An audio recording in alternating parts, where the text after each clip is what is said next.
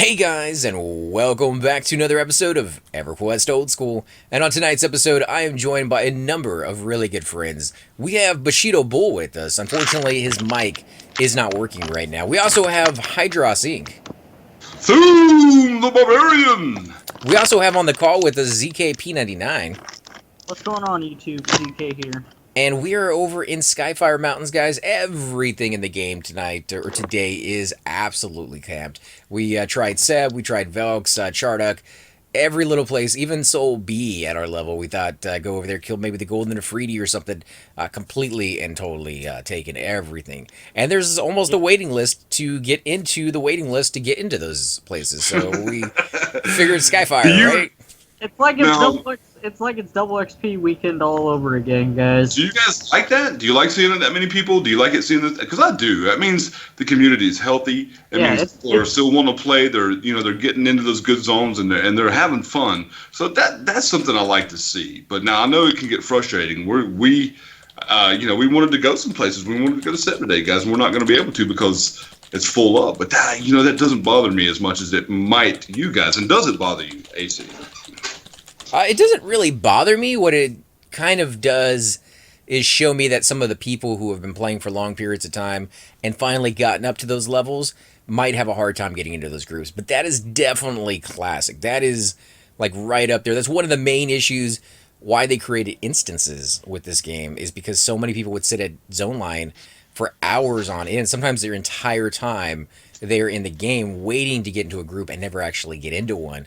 And so they would complain and complain and complain. And so they created these instances that maybe in a small little bit of a moderation might have done more good than harm. But in the overall scheme of things, the way I look at it, they killed most zones. So yeah, I'm not a huge fan. That sounds pretty. Oh my god, I got another ad, dude. You can't even see him in the rocks and crap, dude. All right, let's kill the Drake first, man. If you'll root the worm, brother, I would appreciate it. I need to pay closer attention, man. I need to have my head on the swivel because I'm not doing that. I'm not doing the head on the swivel thing. That's not good. So is Thoom level 60 yet? Yeah, I'm level 62 actually, dude. I just leveled to 62 just then, dude. Super ding. You're gonna get banned. That's not good. I had to do RMT to get here, dude. So No, I'm just kidding, guys. I'm halfway through level 55.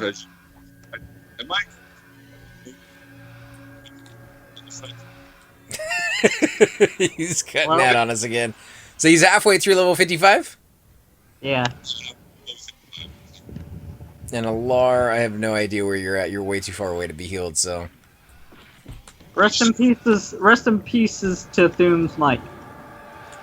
Well, it's not his mic, it's just a weird little connection issue when it comes to Steam. You mean Skype? Wow, yeah, we've been talking about Steam and Skype today. We're also talking about, on this episode, guys, our favorite video games of all times, whether computers or consoles, just games that we grew up playing with. Now, ZK, do you have either your new favorite, one that you might be playing right now, or maybe one back in the day when you were a little kid playing? I've got a top 10 list if you want to hear that. Sure. Okay, my top 10 favorite older games that I played when I was a child was Super Mario 64, Star Fox 64, a lot of Nintendo 64 games, but the top 10 for me were Legend of Zelda, Star Fox 64, Super Mario 64, and just games in general like that, because the Nintendo 64 brought back a lot of memories, and it's a time when I enjoyed the games that I played the most. I mean, I brought over several friends and stuff like that, and we played that for hours. My friends would stay over, and they wouldn't want to leave because I had a 64 and like 4 controllers, and they didn't have the games that I had, and they just wouldn't want to leave. So it's just been a great time in my childhood. And the newer games that I love playing is Project 1999 and Dark Age of Camelot, Uthgard, and that's pretty much it right now. Star Fox is definitely a game I remember from when it first came out. It was cool to be able to fly around space. It had a pretty decent story. Yeah, there you go. Yeah. Love that game, especially on 64.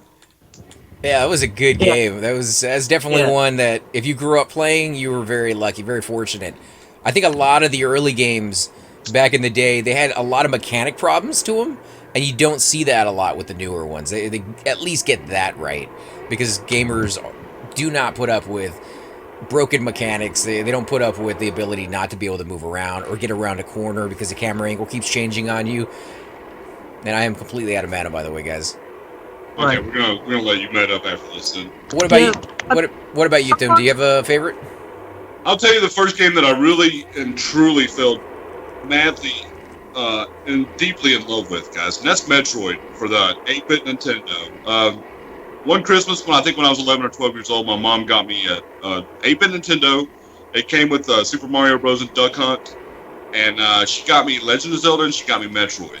So I played Super Mario Bros. First because I played it in the arcade, but when I played Metroid, that's the game that made me realize I was a gamer. Because dude, it took me 2 weeks to beat it, guys. 2 weeks and I was like 11 years old. I was beating games in hours, not weeks, and it was just it captured my imagination. It captured my attention. It made me love video games. So Metroid is Metroid for me, man. Fighting the bosses, having to call the hotline to find out that I should be in the lava under Ripley. Because who thinks about being under the lava to fight a boss? You don't want to be in lava. The lava kills you, man. right. But it's just, oh god, it was such a good. I still have so many good memories. The music in Metroid, dude, when it starts off, do do do do do, it's freaking yeah. I still love that game. I love that game. Yeah. Dude, that reminds me a lot of Super Mario 64. You know, exactly the way you described it, Thum. It's because they had got like a lot of challenging puzzles and stuff, and and you got to jump over objects and do different things like that to collect your star that you got to get at the end of the levels and stuff. And there's like 8 different stars that you can collect in one level, so it's a pretty challenging game especially for back then in the early 90s and stuff like that. So it was pretty challenging back then. Yeah, I remember jumping through the I wonder paintings if in that Cypher's game. gonna get on today, man. He might if he gets up. Oh We yeah, were up pretty late. But the thing I loved about Metroid, man, is it was very unforgiving. Like you would jump up all these platforms, and if you fell, you went all the way back Oh down. yeah. Like Yeah. you had to start all the way over. And the fact that you had almost a little bit of RPG mixed in there, because you could find like missiles, you could unlock that. Yeah. So I know you got missiles, and then you got the little Yeah, rolly. missiles. Yeah. Yeah. Now, You got more missiles. And then You you got the got your ball. super Yeah, you got all missiles. kinds of. You got screw attack. You got all these other, where you can turn into the ball and kill people.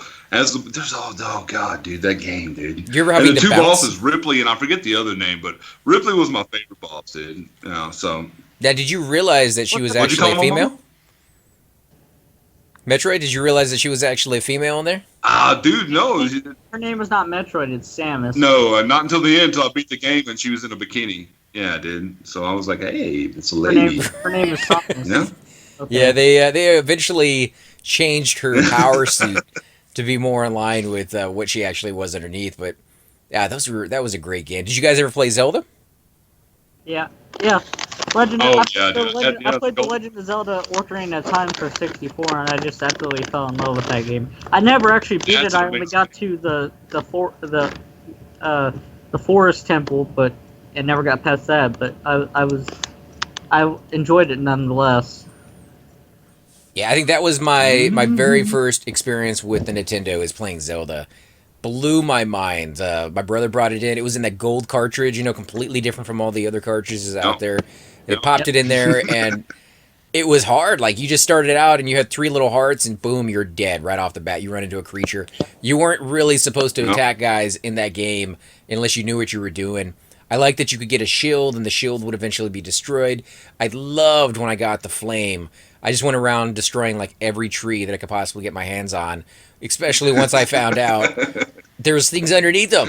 Yeah, there's a hidden shop in one of the little maps. Bomb the walls. Yeah, dude. What so about awesome. you? What about you, AC? What was your favorite games? I mean, I have a lot of really good games that I kind of see as my journey along the way. Zelda for the Nintendo. I liked Simon the Sorcerer for the computer. You go back to like text-based games and mud-based games like Zork and Companions of Xanth. Companions of Xanth was just amazing. Now these are games that were made in an era where they are not really coming out with a lot of games. So you may get one game that you actually like out of like a year, maybe 2 years. Because I remember, especially with RTSs, real-time strategy games, you had like Command and Conquer and Warcraft. Didn't really have any others, and when they came out with the game, you might be lucky that every 6 years you get another one out of that genre. But with Companions of Xanth, you play a character that gets sucked into his computer. He gets sent a CD in the mail. Yeah, that's how old it is. He gets sent a CD, and he pops it in there, and it pulls him into the game itself. So you're not playing a hero. You're not playing like a civilian. You're playing just a regular computer geeky nerd, just like yourself, who's sitting there at the computer playing the game, and you're kind of going through with that persona, and it matches really well with what you would imagine yourself doing in that situation. But it evolves into this amazing story that allows you to kind of almost pick and choose your like early version of Mass Effect, where all your decisions really started to come into effect. This one didn't really have it where... Still a series I need to play. Oh, yeah. If you haven't played that one, dude, you probably will love it. I think you will, because I know you're a fan of really good books out there. And this one was based off of a book. It had, writers that definitely had the skill to create a story that would definitely capture you and make you want to see that character thrive and get to that end of that story. Zork, though, Zork games were amazing because they had so much breadth to them. The size of the game Those itself. were text-based, right? They started out as text, and then they moved over to slideshow type games where like you saw the screen, which was a picture. You could hit the little arrow, and you'd go to the next slide, which is another picture of the next area, and it would give you a little bit of description of like what you're looking at, and like you can interact with this guy, and he would give a text-based answer to your question or your query. You could kind of click on little sparkly things on the screen that would tell you like maybe you might want to look at that little item. There was a game that I played, and I can't think of the name of it, but it was a Roman-based game, so it had like the ancient Greek mythology, so you had like Zeus and Hera, and I remember throwing down these seeds along this path, and it actually grew soldiers for some reason. I don't remember very much about the game. Skeletons and stuff. Yeah, something like that. Did you play that one? Dragon's Teeth. Yeah, man, that's a memory that I have, dude. But I think I saw a movie with the same thing in it. So I'm not sure if I'm remembering a video game or a movie. But yeah, I know exactly what you're talking about, dude. That's actually one of the tests that Jason the Argonaut went under, man. He had to sow dragon's teeth and fight the skeletons or use them or something like with the golden fleece. Yeah. Yeah. So I seem to remember something about. Oh, dude, how's your mana, man? I just about ran off and pulled. I'm 60. I'm good. Yeah. Okay. I'm gonna pull this Wervin then, brother. It was kind of like a King's Quest game in that kind of era where it was like a side scroller. You could kind of click on things here and there, but. Ooh. No. Yeah.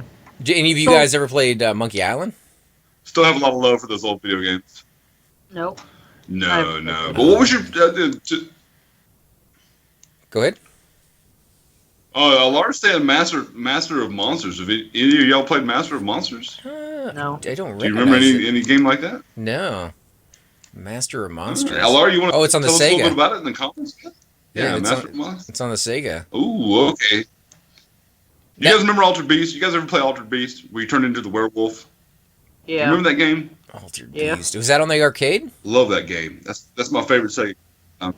It was in the arcade. Yeah, I played it more in the arcade than I did on the Sega. But my cousin got a Sega the CD. Yeah. Sega, the one with the CD player. It had Altered Beast. He got Altered Beast, and I just love that game, man. You transform slowly. I think eventually you transform into a bear, but you start off as a werewolf, dude. And I just got a thing for werewolves, dude. So but that made it one of my favorite games back then.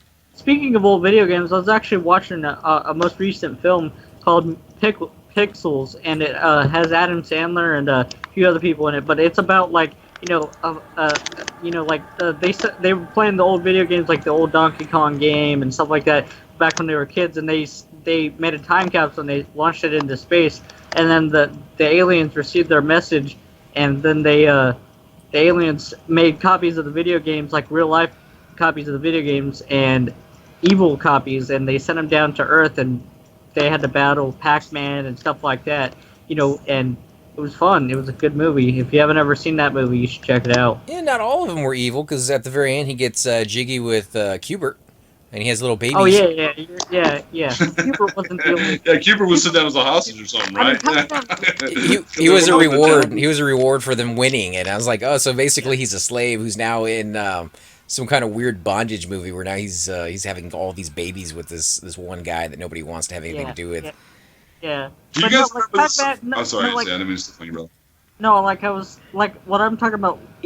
Not like evil where they kill people, but what I'm talking about is where Pac-Man was evil, and this one is, the guy that created Pac-Man is in this movie, and he comes up to Pac-Man, and he's like, Pac-Man is not evil, I'll show you guys, and then he goes up to Pac-Man, he's like, and then Pac-Man bites his arm, and he starts running and screaming, and he's like, kill that! Yeah, it was an okay movie. Adam Sandler is hit and miss with me. I like a lot of his movies, but some of them not so much. Like Mr. Deeds, I didn't think was all that great. No, I mean I'm just saying it's a good movie for a video game, people like us, and I really enjoyed it because of that. But I mean, it was a good movie. Other than that, it wasn't a very good movie. Other than that, really. I like seeing the Galaga, and it kind of brought back memories with Pac-Man and Asteroids. There's a lot of arcade games that were really good back in the day. Mortal Kombat. I remember the moment they put that in the arcade. You remember Narc? Yeah. Narc was good. Jeez. Oh, my God. I haven't thought of that game in a long time. One of my other favorite Gauntlet? games playing for the Super... One of my other favorite games playing for the Super Nintendo was Paperboy. Yeah, Paperboy was okay. It got a little bit repetitive once you actually figured out what you were doing and you didn't die anymore. You could go for really long on one quarter with Paperboy. What were you saying, though, Thum? Oh, yeah. Mortal Kombat and Street Fighter 1 and 2 were games that I played early on in the arcade and really loved. Yeah, I mean, you guys will see movies where you got like 15 people standing around an arcade machine, everybody's watching these two guys play. That's what Mortal Kombat and Street Fighter did to the arcade. It was absolutely bonkers. Before that, definitely did. You might have two, three of your friends standing there watching you play Donkey Kong or Pac-Man or something, waiting for their turn to play. But Mortal Kombat, you'd have these huge groups because eventually you'd have somebody, step up to the game that was crazy good. Just, I don't know how long they had spent playing that game, but they played it for a long, long time. And they would just never lose. And it would be crazy to watch them play because they do like the finishing moves, they do like all these fancy stuff, and you're just like, where did you learn that? There's no internet back then, guys. There's no wiki that you can go and be like, okay, what's the move? You actually had to figure this stuff out for yourself, and it's really cool to be next to somebody who has figured out all those moves, and you can see it for yourself, and that makes you a better player in the end because you're actually learning this stuff. Okay, so the Chroma Drakes have a huge aggro radius, dude. I just pulled another one because I was trying to separate it from a worm, and I thought he was far enough away from the worm, but he was not. So we got 2 incoming, guys, just a heads up. Oh, I got 3. Okay, I got a bottomless devour. There goes all your mana, brother. Yeah, if we can do it. I wasn't even close to him, dude. The bottomless gnawer, he was not even close to me. It's a hard zone to pull, man. I'm learning. It's gonna be tough, dude. Okay. I'm gonna take the Chroma Drake first because I hate him. I hate his guts. That's why they put him in there. Yeah, they're so terrible, dude. I mean, I thought the worm should have been far enough away where I only got the worm, but the aggro range on these guys is huge. It's huge. So I'm just gonna have to be more careful with my pulls, man. Well, I think they want it to be that. They want you to pull these guys by accident because they dispel everything on you. These are the annoyance creatures that they throw in there to cause you that little bit of a problem. Because if these guys weren't here, this zone would be pretty super easy, right? Like you just could go out there, pull one guy, pull it back, and go back out there and grab another one. But they don't want it to be that easy. This is EverQuest. There's give and take, and so they're giving you experience, but they're going to take a little bit of your enjoyment away by giving you some aggravation. But for me, that gives me a little bit more enjoyment in the end. They're not giving me any experience. My experience bar has food. Well, this is not a great zone for experience, to be honest. But it's the only zone open and available to us. So. Yeah. That zone is horrible for experience. It's no good. It's mostly for spells, man. It's mostly for spells. Well, that would be cool if we could get Bedlam or something. Yeah, some. Oh, why did you have to go there? Why did you have to go there, Easy? Doom just sold to a vendor again. But what about you, Theo? Do you have a favorite game from the arcade that just kind of brings back those special memories besides, Street Fighter? Maybe Area 51 or like a first-person shooter or something along those, like the actual arcade ones. I was really, really good at Defender. Defender was a game that I could put a quarter in and I could play for 2 or 3 hours until Mom came and dragged me away by the ear. So I was just yeah. I mean, we go to Wonderland and had Defender and Centipede. And I would put my quarters in, and I just played it so much, man. I got so good at it that, like I said, I could play for at least an hour on a quarter, man. And Defender, I don't know if you ever played it. It's not that easy a game, dude. No. So, but I loved it, man. I loved picking up the little citizens and saving them. Yeah, that is not an easy game for me. I was never very good at Defender. I liked it, and I liked Centipede too. I liked the little ball because it was so different with the controls. It was, a little ball that you could slide back and forth. It wasn't as, I would say, as accurate as some of the joysticks that you're more accustomed to when you're playing some of the other games. But it was still very accurate once you got used to it. Like it wasn't like it was just kind of messed up or anything. It was just different controls. Galaga, yeah. Again, I wasn't very good at that one either. Really? While I'm on the subject, I want to. Sorry, I don't mean to keep interrupting you guys. I just want to give a shout out to Rogan, and today's his birthday. So. Oh yeah! Happy birthday, Rogan. Yep. I just saw it on the Product 1999 forums. Circuit made a post about it. So happy birthday, Rogan. I want to give a shout out to Nicodemus.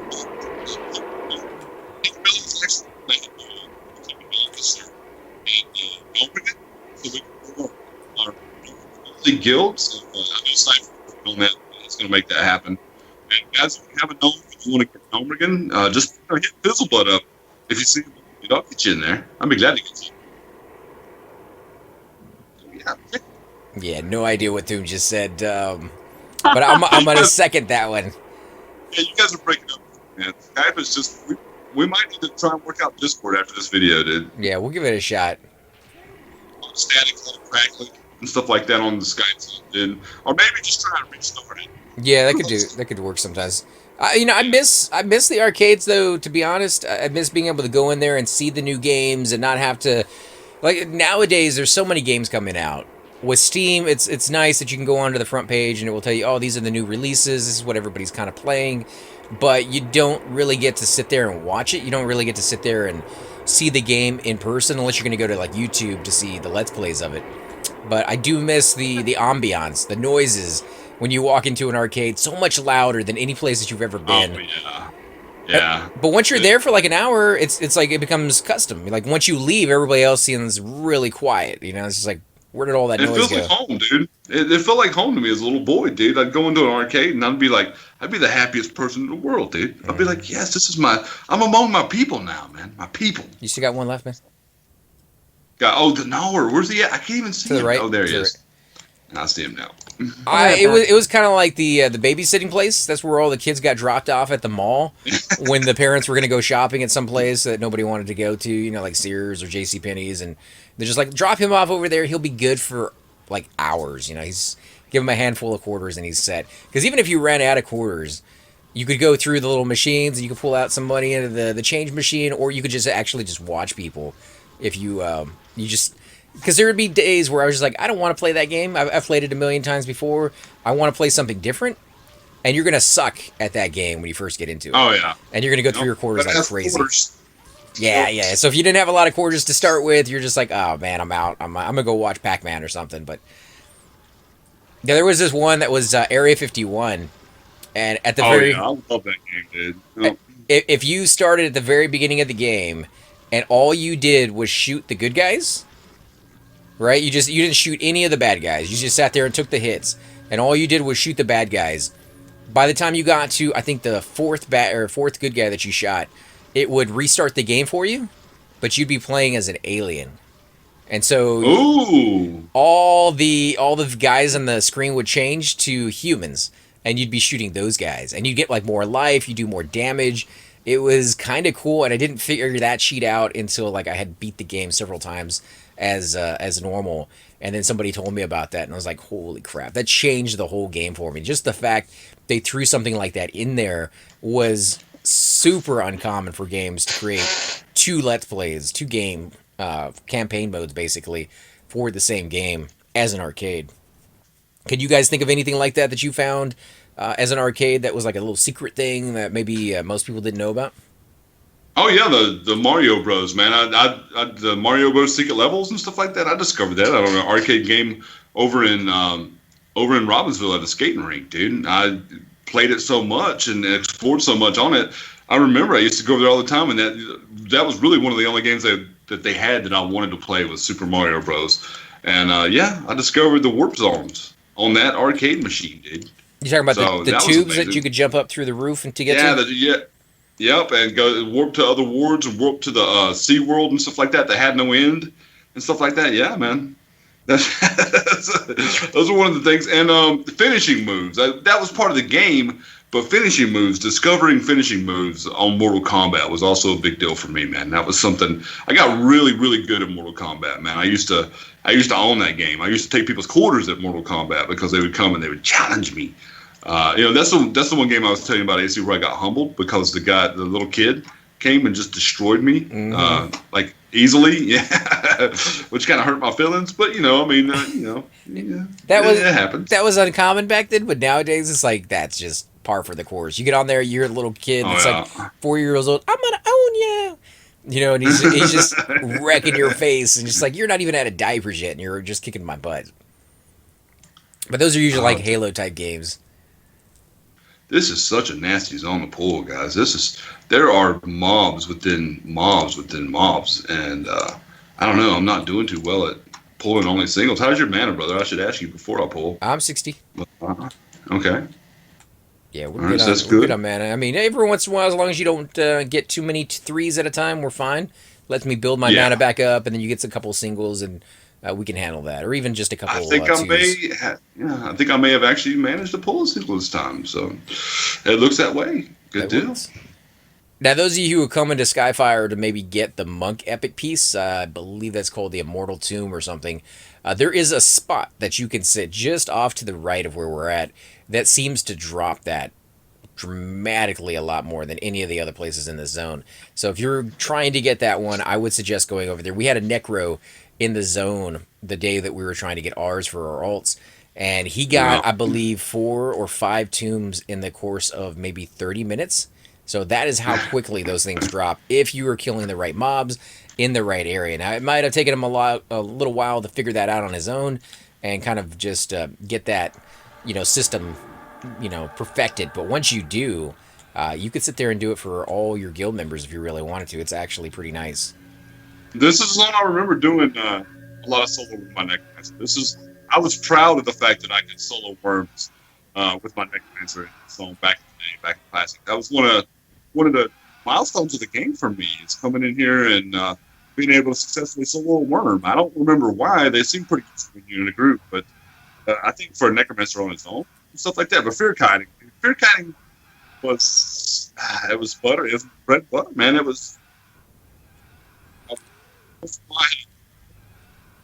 Well, the hit points, right? I mean, the worm, that's why they're such a big deal, is because they have so many hit points, and they all have a chance of dropping a spell.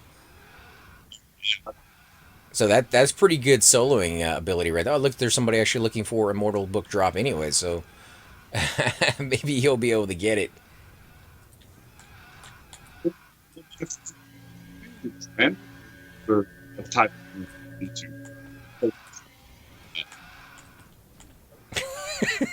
Yeah, we're definitely gonna try Discord on the next video, guys, or we'll restart and see if that fixes it. But guys, I think this is going to be a good spot to go ahead and end the episode. I definitely want to thank you guys for joining us today.